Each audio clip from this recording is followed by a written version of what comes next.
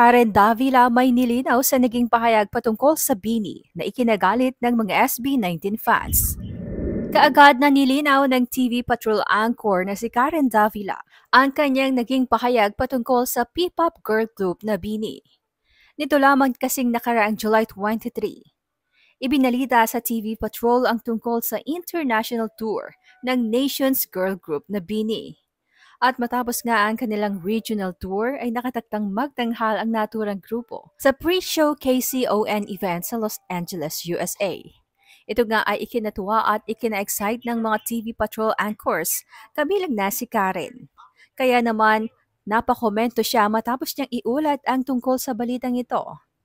Ang galing ng BINI at saka maganda dun, ang K-pop sikat sa buong mundo. Maganda yung BINI na silang magbubukas ng pintuan para sa P-pop.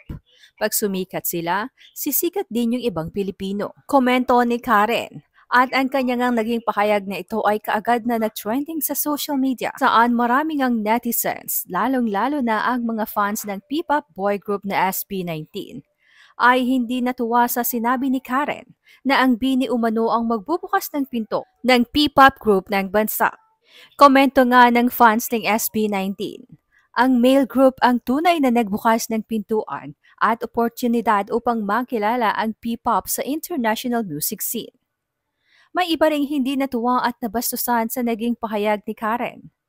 Dahil tila nila ito ay pagsasawalang bahala sa mga paghihirap at naging tagumpay ng SB19 kasama na nga ang mga naiuwi nilang parangal para sa bansa. At mukhang nakarating naman kaagad kay Karen ang naging palitan ng diskusyon ng mga BINI at SB19 fans sa social media.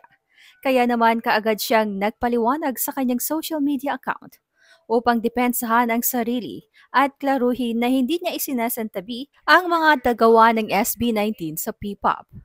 Ayon kay Karen ay alam daw niya SB19 ang unang nakapagbukas ng P-pop sa international scene. Bagay na hindi umano kailanman mabubura sa kasaysayan ng music industry. Paliwanag ni Karen, ang nais niya lamang daw sabihin ay kung nagawa umano ng SB19 na makilala bilang boy group na galing sa Pilipinas, ay pwede rin umanong magkaroon ng P-pop girl group na makikilala sa ibang bansa at ito nga ay sa katauhan ng girl group na BINI. Narito ang buong paliwanag ni Karen. SB19 first opened the doors for P-pop internationally and made history. BINI is carving their own, being the first all-girl group to hit it big. I should have been more specific. SB19 and BINI, you make us all proud. And may you both open more doors for aspiring local artists. Both are proudly Filipino. Dagdag pa ni Karen ay huwag na raw sanang pagkumparahin ang dalawang grupo dahil kapwa naman silang nagbibigay ng dangal at karangalan sa ating bansa. Samantala, ang SB19 naman ay binubuo ni Nestel, Pablo, Justin, Josh at Ken. Taong 2016 nang sila ay mabuo at nag-training sa South Korea. Ngunit 2018 pa noong 4 months silang inilunsad bilang isang grupo. Ang girl group na BINI naman ay inilunsad nitong 2021. Under sila sa pangangalaga ng ABS-CBN. At ang mga miyembro nga nito ay sina BINI's Joanna, Aya, Maloy, Mika, Stacy, Gwen, Sheena at Colleen. Narito naman ang komento ng ilang netizens kaugnay sa naging pahayag ni Karen. Basta SB19 solid ako, talent ang puhunan at hindi dahil sa pa-cute at kapit lang.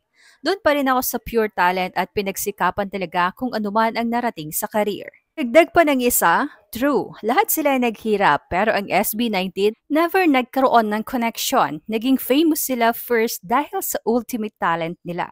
Lagi silang binabash noon dahil di sila mga pasok sa napakataas na standard ng mga gwapo ng Pinoy. At mas lumamang sila dahil kahit ano pang naabot nila ay nanatiling humble and grateful sila sa mga taong tumulong sa kanila para maabot ang pangarap nila, which is mga fans nila. Kaya nakaka-proud talaga yung 5.